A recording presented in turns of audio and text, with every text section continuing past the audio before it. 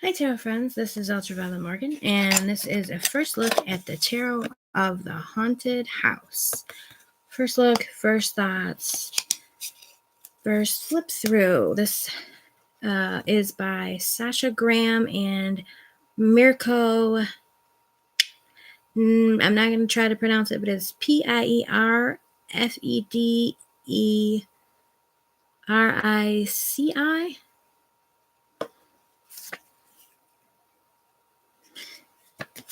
All right.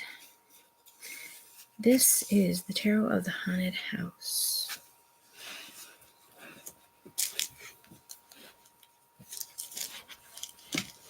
So I'm actually turned around. Put myself here so that it's not upside down. Okay, so here's the Fool. She is running, looks like she's running away from the haunted house on the beach. She's running away from something frightening. The full moon is above her. This is the Magician. Of course, you see right away that this deck has no words, just numbers on the bottom. And here's the back. The house on the top of the edge of the cliff, and it's reversible. Okay.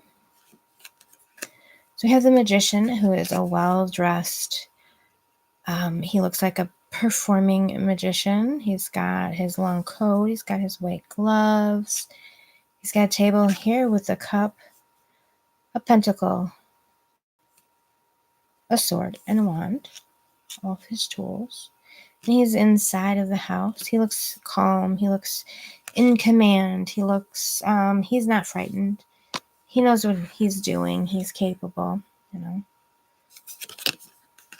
Then we have the High Priestess, who stands between our two pillars, and with the moon behind her head, and a window, and holding, kind of looks like a bowl and a scroll in her hand. Her head is covered, and she seems to have some markings or tattoos on her body, and she's wearing this beautiful flowy robe. Now, I believe she's inside, but here we do have some grass, so maybe she's outside. Uncertainty abounds. The number 3 card, the Empress. We have a woman on the bed. She's holding a light. So this one is very different. We do see her, her chair here is red, kind of pomegranate red. And there may be sort of a pomegranate pattern on the wallpaper. Okay.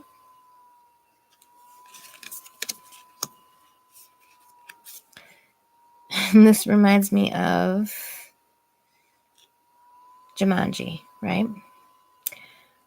So here we have the Emperor, and he's a sportsman. He's got the world here. He's a, captain of industry. He's a very powerful man. He's got these huge trophies on the wall. He's got this gun. He's got authority and firepower, and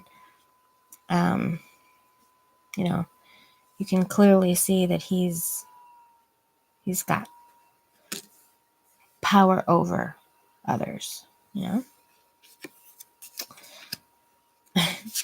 Here we have the Hierophant, who seems to be doing an exorcism. And from this point of view, you're the person in the bed, getting demons cast out of you. So that's really kind of interesting. He's got there's 3 crosses. There's this cross here, there's the cross on his necklace, and then there's the cross behind him, which is the shadow of this cross. But we see 3 crosses. Possibly, maybe that's for the Trinity, right? And then he's making the, symbols with his hands. Here we have the Lovers. And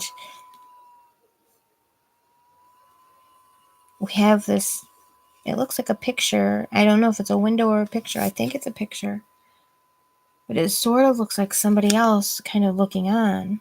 I think it's a picture of just another girl that maybe from the past. And so he's chosen a new girl because of the lovers representing the choices. So we do have the other girl represented in this picture on the bedstand or the dresser or whatever. The Chariot. Perfect.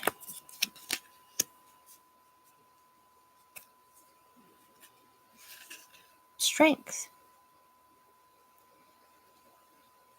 We have the infinity symbol or lamniscate on her necklace.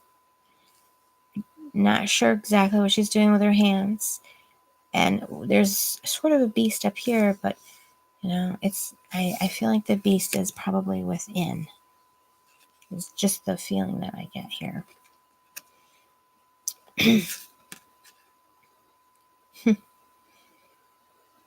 Number 9 is the hermit. So here we see the hermit with his lantern, and we see there's somebody watching him, and he's kind of off on a path into the darkness, but he has the light. So you feel like he may be the one with some knowledge, some wisdom. He would be the one to ask your questions to, or perhaps guide you through the darkness. 10 is the wheel. Here's the wheel on the wall. And then we have all these. We've got the bull, the lion, the angel, and it doesn't look like an eagle, it looks like a buzzard. Or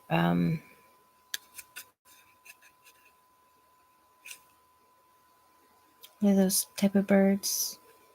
A vulture, yes, a vulture is what I meant, yeah.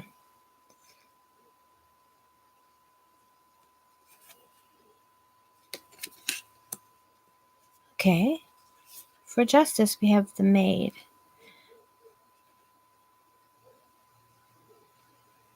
And there's one on either side of her.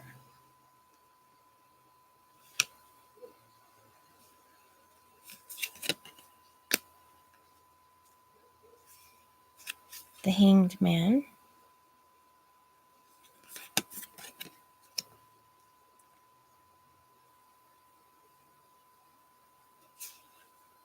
Death. Here's the scythe. It's not really easy to see, but this is literally death. It's a death's scythe.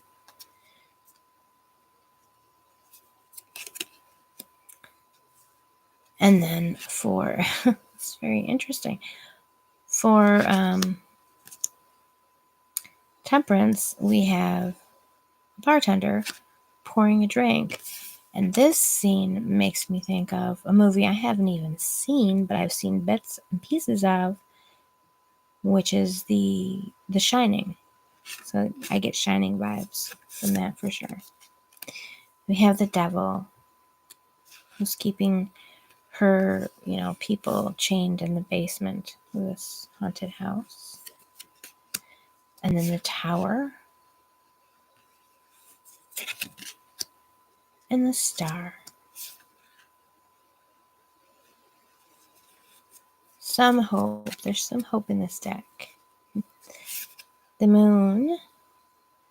It's really beautiful. And the sun. Sunflowers. And then we have the Last Judgment. And we have the world. And again, we have our lion, our eagle, our angel, and our bull. So I like the way that they incorporated things in this. Okay, that just came out of nowhere. Now we're on to our minors.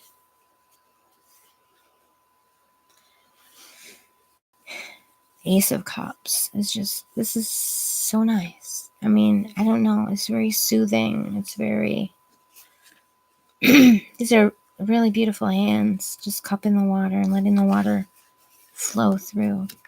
And then we have the moon. Two of Cups. And this is an angel and a human, I believe. So I feel like there's a really good message in there about union with the divine and the material or the mundane or the human part of ourselves. Three of Cups. This is really, really interesting. Here we've got the three people celebrating above, and here she is trapped below.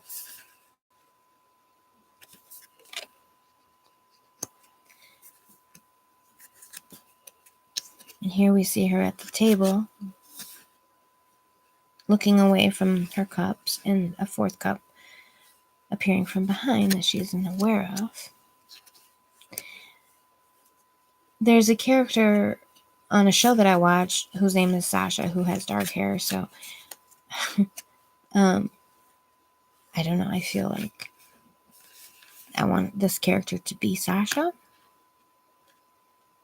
or to be named Sasha. So here are the Five of Cups. None of these are actually spilled, but we do have them divided. There's three behind her and three in front of her, but she's looking more to this direction than to this direction. This, I think, is really beautiful. Here she is offering this gift to this young child who could maybe be her own inner child. Here's the Seven of Cups.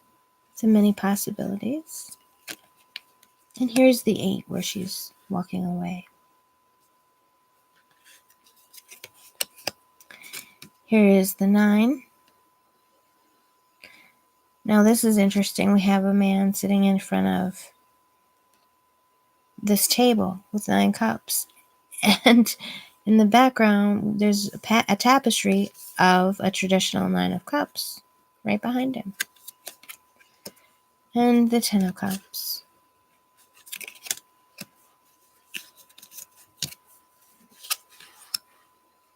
Very traditional Rider-Waite-Smith depiction, minus there's no house.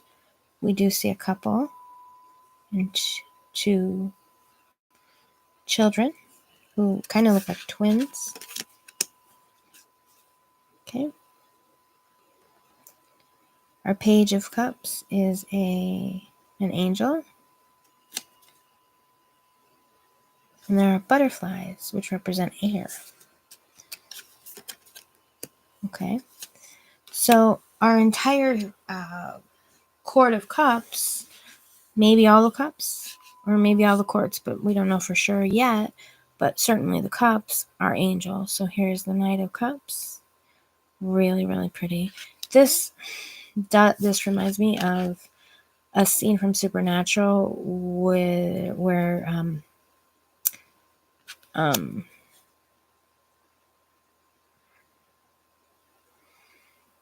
Dean is possessed by Michael, which isn't good.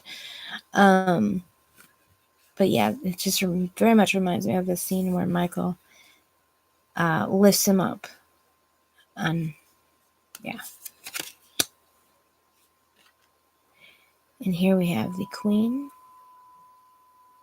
And she's in the water. She's holding the cup. And the King.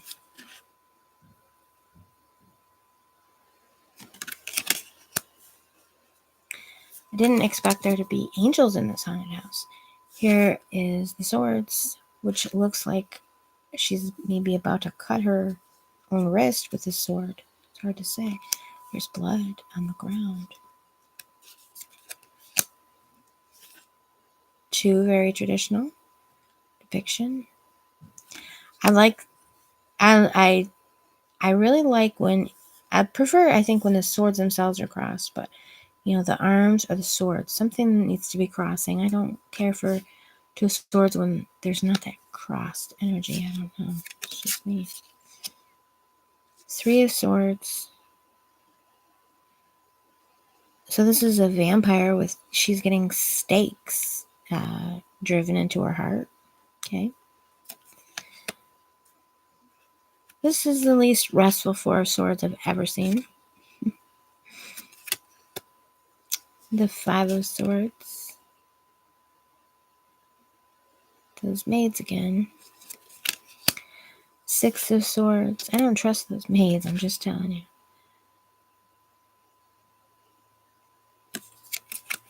Seven.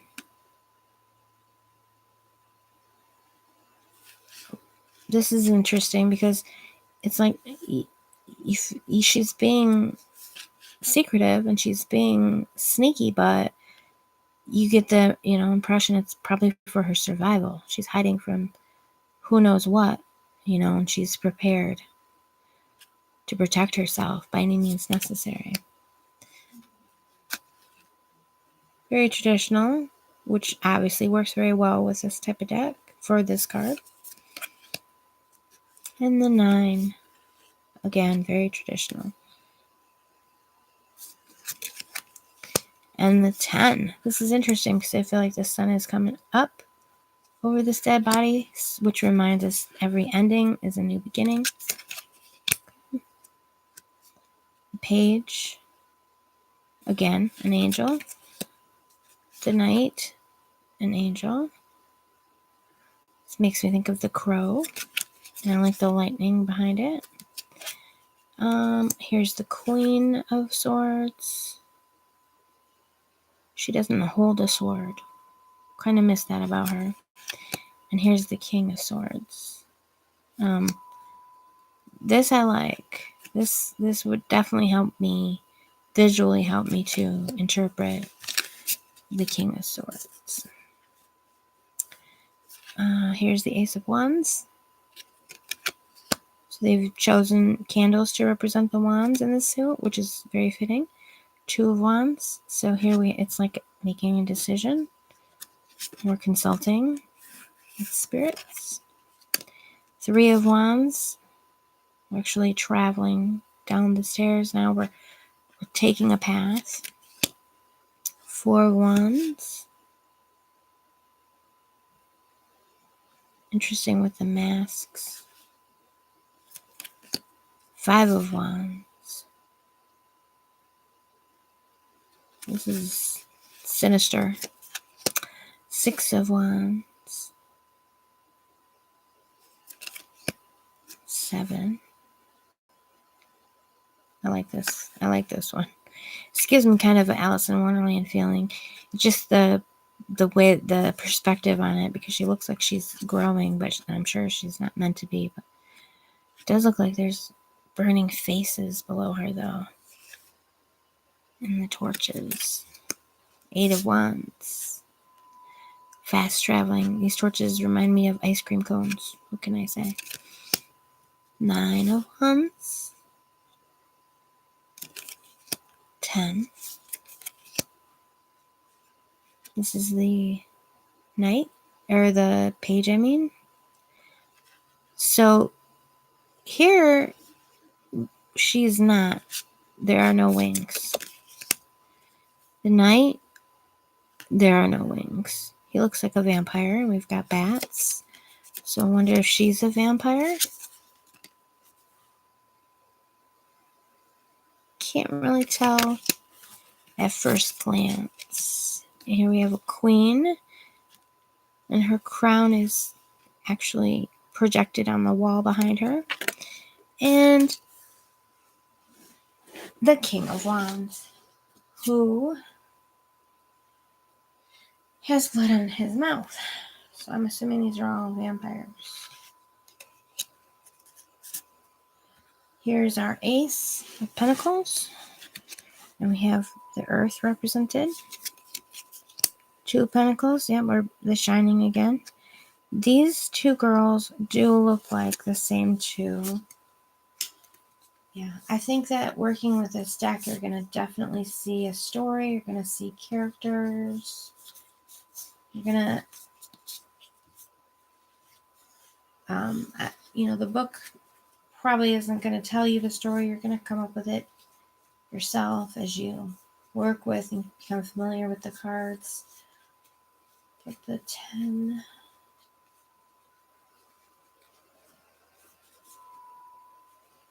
of Cups. Is the two Pentacles girls are in the 10 of Cups. I really love this ace just because these hands are so pretty to me.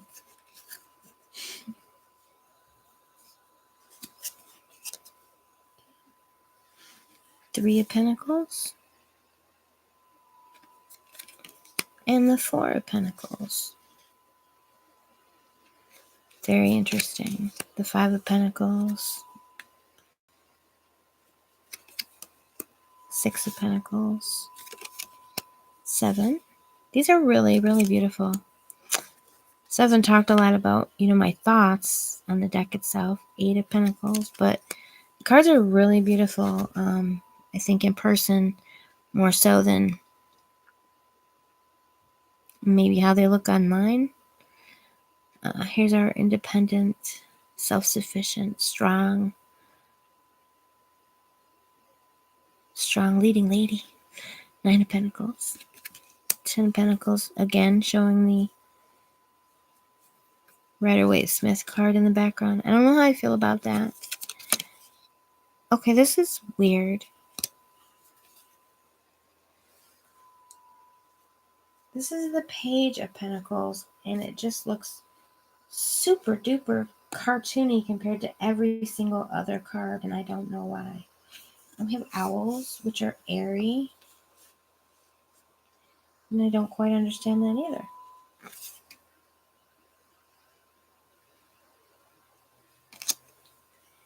And then here's the Knight, who looks like a vampire again.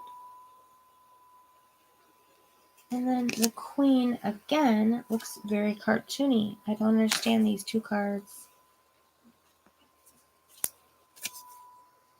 looking so cartoony compared to the others.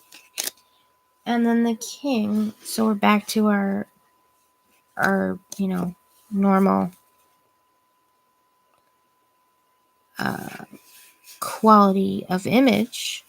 I'm like probably, sorry, jiggling the camera there. So here's the King. Really good depiction for a King of Pentacles. I don't know if you can really miss the riches at his feet there. So my thoughts on this deck, really, I'm really interested in working with these, looking through them, kind of studying the stories. The imagery is really, really nice and rich. There's definitely its own narrative.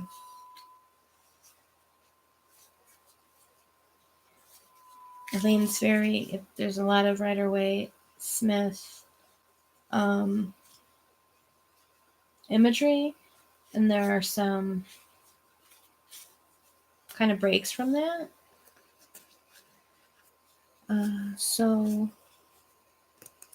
I do have to go and run and get my phone because I didn't bring it with me. So I'll check and see if anybody's been hanging out with me all this time, and we'll do a little engagement. If anyone's there, I'll be back.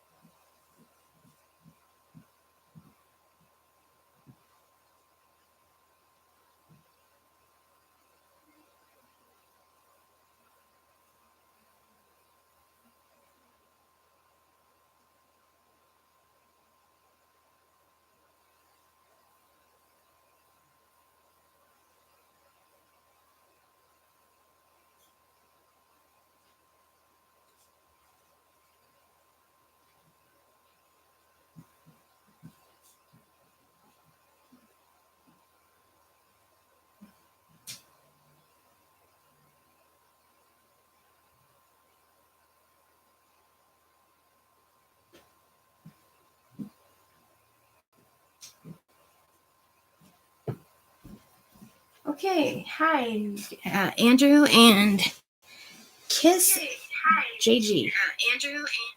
All right, I didn't turn down the volume, so you have to hear me twice. All right. So that is the Tarot of the Haunted House. I got this quite a while ago, and it isn't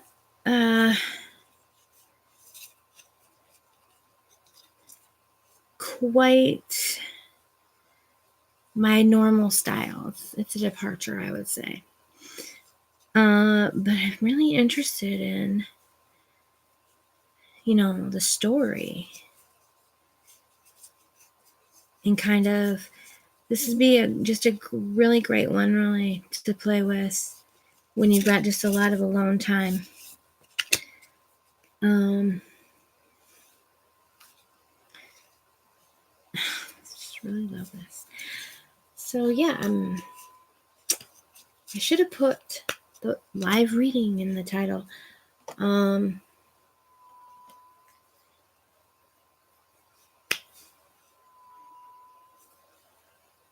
right, so here's what I'm going to do.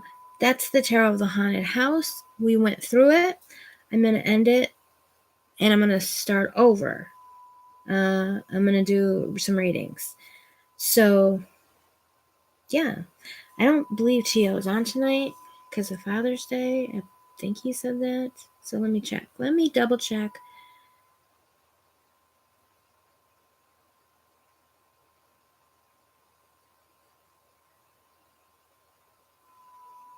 Pretty sure he's not going to be on tonight. Community. No stream Sunday. Father's Day with friends and family. Correct. All right. So yes, I'm just going to log off and log back on to do reading. So if you're here now, I hope that you will join me in the next one. So as always, until next time, which will be soon, next couple of minutes,